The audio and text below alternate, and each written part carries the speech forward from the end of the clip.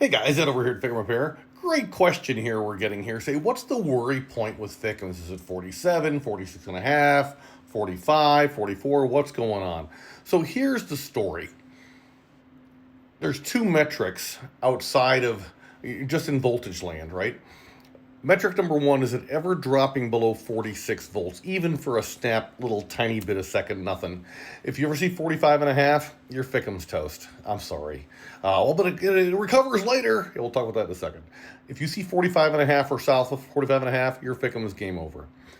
The second thing is if you see a volt and a half or more of fluctuation out of your FICM. So say your FICM's doing 49 volts and you see it drop to 47 and a half. Yeah, you've got a problem minimally with your DC to DC voltage upconvert circuit, at least one of them. You probably have logic board issues too, but minimally that's what's going on.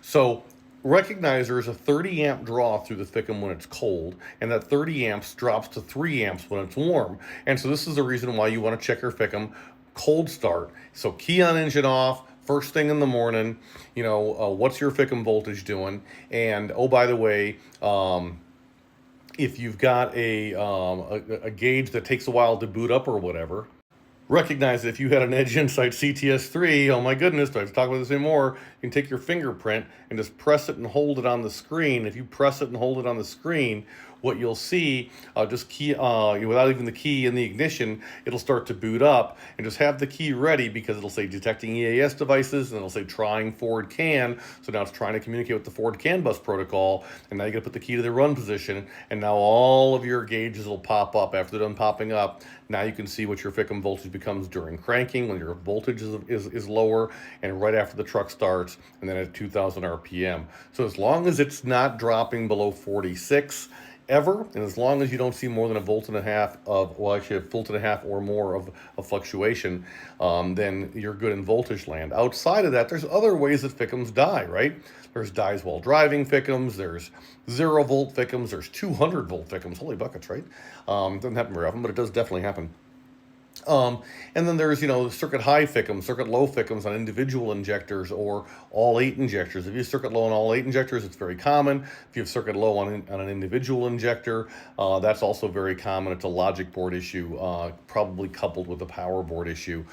So many times anymore, it just seems that the vast majority of modules that we repair actually do have a problem with the logic board, and yet all these other places, the evil competition, they only know how to work on the power board, which is why you get your FICM, you go off and you buy a board from just a replacement power board, and here you are 3-6 months later with a UL 105 lost communication with FICM code or worse, and it's like, man, what happened? Well, what happened is you changed out the power board, but you didn't resolve the core of the problem.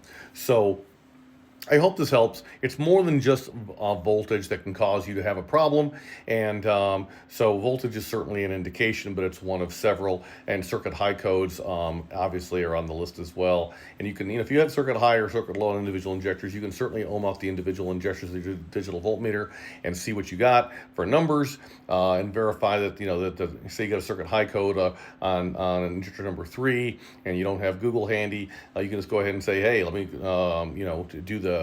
do the impedance test on 3, see what that reads, and then take a look at 1 and 5, right? The neighbors, and see how they do. It's like, oh yeah, they're all the same. Yeah, your injector's fine, because probably your injector's fine.